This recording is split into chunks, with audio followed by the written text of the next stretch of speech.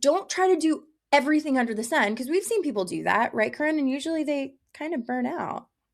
They burn out, or it just ends up being a lackluster approach anyway, because they're spreading themselves too wide and too thin.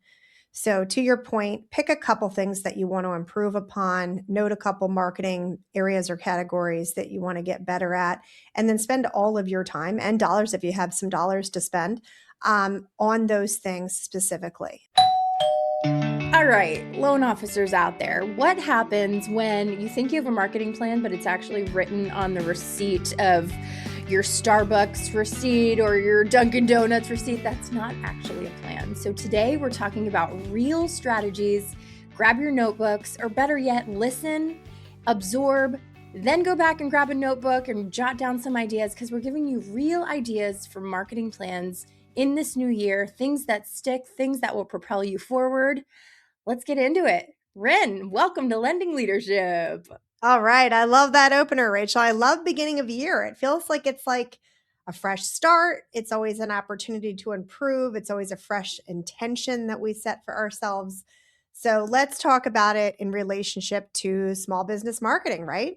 Yeah, absolutely. And I want to just set the tone, because I think in the beginning of the year we all have these intentions of, number one, going to the gym, eating better, all these things, right? But getting started is the hardest part. And I heard this really great analogy that's kind of become my mantra. Although I do need to go to the gym and I do need to eat better, all the things. But I think everybody falls in that boat. But I heard this, and it's so true, that the heaviest weight at the gym is the front door. Mm. Doesn't that apply to everything that we do? Just getting started is always the hardest part. So I'm excited to dive into some of the things that we've seen loan officers and really just anyone in small business do. Start implementing these things, and it will definitely push you forward and just get started. I love that analogy, Rach. Isn't And it I would good? also I would also argue it's the commute, how long it's going to take you. It's the kids holding you I back know. with all their minutia. We could go off on a tangent and have a little fun here for a couple minutes, but I totally agree with the sentiment. It is always that first step that's the most difficult. And as we're kind of as a company and as a group of leadership team members, we're doing a lot of books and business building ideas and good habit setting together. So, morning routine is really important. That sets you on the right path for the day. We're going to talk more and more about that this year. And, there's a lot of different small habits that really lead to very big results. And this doesn't just affect your personal life or other areas of your business as a loan officer, but it affects your marketing too, and your confidence level and how you're presenting yourself. So again, sales and marketing related, but there's a lot of really good tips and tricks and books and things that we're going to get into that will help set the tone for a more successful 2026. Every year we're trying to get more successful, right? Yeah, I love what you just did there, and I totally see it, because I'll drop a little teaser. The book that you're reading right now, I read this years ago, and I actually should read it again. Is Atomic Habits. That those Mhm. small little things that you do to create the habit. We'll talk about that in more depth, maybe in another episode. But great book. Shameless plug. Go. Actually, not a shameless plug. We're not getting anything from it. But Atomic Habits. Go read that book. Um, all right, well let's jump in. So we have a few things that, again, loan officer, small business, realtor, whoever you are, whatever category you fall in, listen to this and then come back and jot some notes down. We have some things that I really do think will help anybody in sales. And the first thing, it sounds so simple, but not a lot of people do it, especially when it comes to marketing, is writing down your goals and your plan. Like, if it's just in your head, you're going to forget it. You're not going to know. And how are you going to be able to measure something when it's not written down? It's not tangible. Yeah, I mean, I couldn't agree more, Rachel. It goes to the success you can kind of learn about with journaling your thoughts, but just setting an intention on paper, whatever is the easiest way for you to do it. There's no specific rules. I can't emphasize that more. And everything that I've read and learned, there's no specific rule. What works for one, and somebody likes to handwrite in a book, another likes to have a digital remarkable notepad that they use. Maybe somebody really is a spreadsheet pro, and that's how they organize their thoughts and document. that's all fair game. It's just that you're doing it, right? It's that we're not just talking about it or learning about it in a coaching call and saying, oh, yeah, I'm going to do that. Write it down. I think there's actual statistics. I don't have them sitting right here, but we can follow up in our chat, or when this podcast goes live, we can continue the conversation. There's actual statistics that show if you write it down, you are percentage wise actually factually more likely to do it. So that is a very important first step.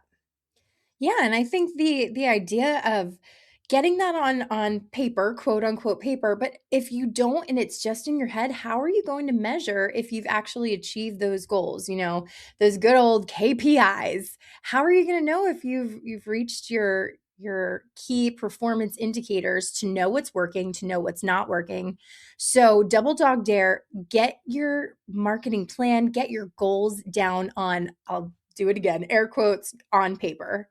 um, I think that's huge. And actually have it somewhere that it's going to be visible too. So if you have it on a spreadsheet, maybe favorite that and have it pop up with your laptop, your computer when you start your computer every day, or if it's printed, have it in front of you, have it visible so that you can reference that. Don't just set it and forget it, because that's not any good either. What's next, Rach? What's next? Okay, so we're going to call these things marketing pillars. Okay. So choose, I would say, 2 to 3 marketing pillars to focus on for the year. I think a lot of times we get distracted by shiny objects, or we look at what other people are doing and what's working for them. What works for somebody else isn't necessarily going to work for you. So choose 2 to 3 pillars that you're going to focus on, whether it's for the quarter, for the year, maybe even for, I would say maybe not for the month, actually. Focus on something for longer than a month, because if you just give something a month, you might not see the results. So go quarterly and then yearly. So these pillars can include things like video, doing more social media in general, focusing on creating more realtor relationships, um, local community events, just hosting more of your events in general. These pillars are going to decide and dictate how you're spending your time. So don't try to do everything under the sun, because we've seen people do that, right, Corinne? And usually they kind of burn out. They burn out, or it just ends up being a lackluster approach anyway, because they're spreading themselves too wide and too thin.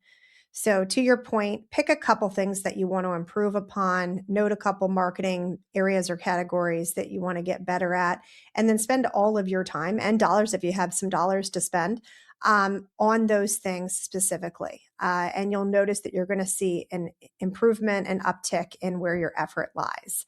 I also would recommend, if there's a certain area in marketing that you enjoy, something that you like doing, write that down, as we said in step 1, and note that that's something you want to stick with, or maybe you want to dive a little further into, because we're more likely to stick with things that we like doing. If there's something that really is just not your cup of tea and you just struggle with it, I would say, if it's something you feel is really going to improve your business, maybe some coaching on it, but stick with the things that you like doing. Yeah, isn't that funny? Don't put something on your goal sheet that you're like, I hate this, I loathe this, but Susie over here, she's doing it and she's killing it, so I guess I got to put it on there. Why would you do that to yourself? And yet I see people do that all the time. I've been guilty of that myself. If you hate, again, we'll go back to working out, because why not? If you hate the gym, then find something else. Like, I love playing tennis, I love pickleball, I love going out for walks. So I know myself, if I just say, I'm going to go to the gym, I'm not going to do it. I'm not going to do it. So find something you like to do. Corinne's laughing at me. Ren, stop. Don't laugh at me. Listen, I'm ready for a pickleball league. Let's do it. Do we just organize a pickleball league here, guys? I think we just did, Rach. Write it down. Rachel, write it down. Okay, We're starting a pickleball league. No, I agree that actually that exercising analogy is perfect and relates perfectly to this. It's always said, pick exercise that you enjoy doing. If you're a walker, walk. If you're a runner, run. If you enjoy the community of going to a gym and lifting, lift. If you like classes and you're more of a yogi, do that.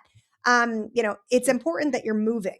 The movement itself is important. It's not that you try to be something that you're just not going to be, because you highly, dislike it. So I think that's a good analogy to use. Yeah, We can absolutely. keep referring to this. I wonder what's on our minds, Rach. We don't have the President's Club coming up or anything in, Punta Cana that we're trying to, you know, get in shape for. We have a month. I can lose 20 pounds and get super fit in a month.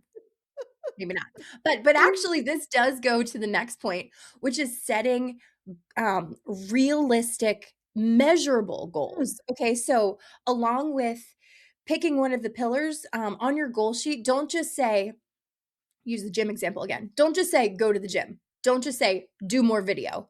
Have a very measurable goal. Say, I'm going to do, and don't start crazy. I'm going to do 4 videos per month and I'm going to post twice a week on social. Or I'm going to have one bigger event that I host per quarter and then I'm going to go to X amount of events. So make sure you're setting honest, measurable goals. Look at your budget. Don't shoot for the moon. Start small. But then don't start too small either. Don't just say, like, I'm going to make one video a quarter. Okay. Congratulations. You met your goal, but like, is that really going to make a difference? So choose something that's kind of in between that's going to push you a little bit, but not push you totally out of your comfort zone that you'll never reach. yeah. So, I agree with that, Rachel. And just to bite off of that, when you're saying don't shoot for the moon, it's important. A goal is supposed to be something that you're reaching for. But to Rachel's point, it's something that needs to be measurable and that you can clearly say, I did it each month and check it off the list and have it on your sheet. But it can be something that's just taking one larger step or a couple larger steps. If you're a person that only posts twice a month, try to post 4 times a month. Try to post once a week. That's better. That's a way to stay in front of your audience more. We have tools in place for that too that you can use. If you're a person that is using your database and you're trying to reference, previous relationships, I want to dive further there. Make a goal to log in every single day to your CRM. Make sure you're logging in the morning. You're referencing tasks. You're looking at contacts. Maybe you're updating some database information on your realtors. These are all really important tools that you have at your disposal that you can use. And you can, again, set a measurable, attainable goal with that's not too crazy, but is keeping you more in line with what you're trying to do. So there are some great examples. I love the event example. Video, obviously, we always talk about video and how important it is on social media. So we can dive in on all these categories, but measurable goals and take yourself a little further than you did in 2025, but don't make it so difficult that it ends up mentally bringing you down because you're not able to come close to it or not able to achieve what you were trying to do. yeah, and I want to hit on something that you just mentioned, tools, because Carl White of Mortgage Marketing Animals, and maybe he didn't coin this phrase, but he would always say, "If not you, then who?" Mm, So it doesn't on your goal sheet and your planning sheet for the quarter or for the year. It doesn't always have to be things that you're doing. Engage your team, engage your company. We work very closely with our loan officers here at HMA, and many companies work closely with their loan officers, the marketing department, or sales teams. Or maybe you have a team of people in house that you work with. Look outward other than just looking internally and say, okay, well, who on my team can handle this? Or what platform or software system can I incorporate that isn't going to, kill the bank and is going to help me move forward? So, a great example of that, again, we'll go back to social media because that's a big one I hear because it just feels daunting, I think, to a lot of people, mhm. but is Social Coach, because Social Coach is a platform that we have for our loan officers. Many companies use it. It's a great platform where you can connect all of your social media platforms under one umbrella and then just be posting once. You don't have to go to each platform and post separately. You can go to Social Coach, make your posts. We have a ton of things that we've pre-made, put in there, and it kind of takes the guesswork out of it. So that would be a really good example of something to incorporate if you don't already have that. But make sure you're looking outwardly. Doesn't always have to fall on you. I like that, Rach. What's Okay. next? And actually this kind of goes to the next point, which is identify your systems and support. I would Mm. I would look at and this happens all the time where and this is just salespeople. Salespeople, I think, are suckers for really good salespeople. we invest in programs and then forget about them. So look at your systems, look at your what you're spending money on, because a lot of the things that you probably have subscriptions to, you're not even using. So you're spending money on something that you're not using. So look at do kind of an inventory of the year and say, okay, what have I used in the past? Or what have I paid for in the past? What am I using? What am I not using? What do I need to focus on? Yeah, and I hope we kind of did that scrub at the very end of 2025, fourth quarter, which leads us right into first quarter of this year to say that scrub is complete. I have a good gauge. You know, we talked about this, I think, in a previous release that we did. I have a good gauge on what worked and what didn't work at the end of 2025. So now I have a fresh palette for 2026. Maybe you have noted a tool that you do want to test and spend money on, or you've noted a different system or process that you'd like to try and take a shot at, that you've seen maybe another loan officer execute successfully and you think you can as well. So it's a great point Rachel makes. How are you putting maybe a team member or player in the field if you think their time could be adjusted if you have one or are building a team, or if you're using a software system or outsourcing a group or another professional to help you? These are the types of things that we want to have dialed in beginning of this quarter so we can measure really, really well this entire year together. Yeah, absolutely. And then another idea is to focus on creative prompts. Okay, let's kind of pivot a little bit. Creative prompts that can help loan officers just maybe give them ideas, or again actually start, since that's such a an issue for a lot of people. Ask yourself this, and you can ask yourself this, jot this down, and then put it into Chat GPT or your favorite AI platform. Three questions to ask: who am I serving? What problem am I solving? And how will people hear from me?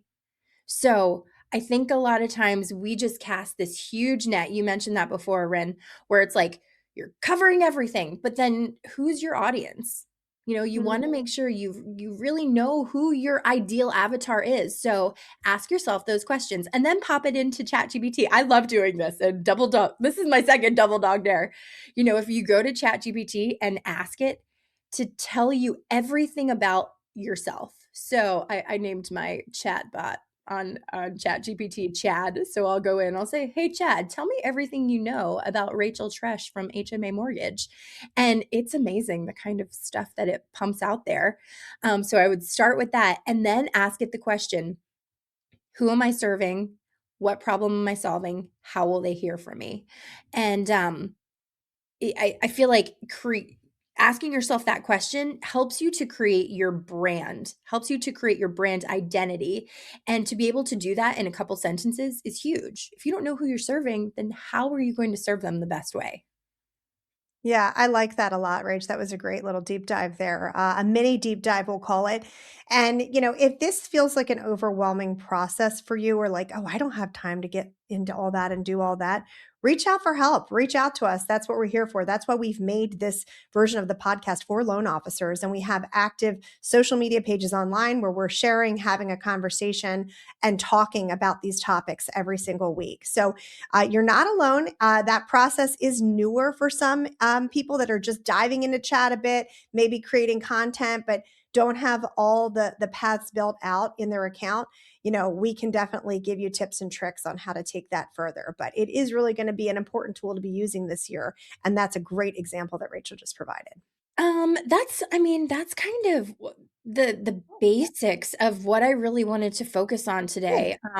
The I guess we can just wrap with this. You know, again, this is geared towards loan officers, real estate agents, but really this is important for anyone in sales to ask yourself these questions. Okay, what has stopped you from writing your marketing plan in the past? You know, I think a lot of people think about it, but what's the reason that you didn't do it? So let's ask ourselves that. And this is just a, you know, a rhetorical question, if you will, to really help get you to the next level. Because if we don't understand, this isn't new stuff. This isn't rocket surgery, my favorite term ever. This is stuff you've heard before. So let's really do a deep dive to understand why we haven't done it or why we haven't followed through. Okay, so what stopped you from either putting your marketing plan together in the past or following through? So let's ask ourselves that.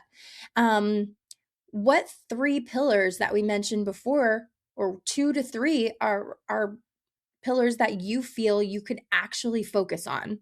So think about that. Um, what are you committing to measure this year? You know, don't pick everything that we talked about. Pick a couple of things and really focus on those few things. And then what's one marketing habit you will drop and what's one that you will add? So that's just a little recap of some of the things we talked about today. We want to make this measurable. We want to make this successful for you. And I think if you just try to do everything all at once, it's not going to happen. It's little by little by little, one day at a time. Not cheating on yourself is huge, and hopefully this is giving you some ideas on how to be successful in this new year.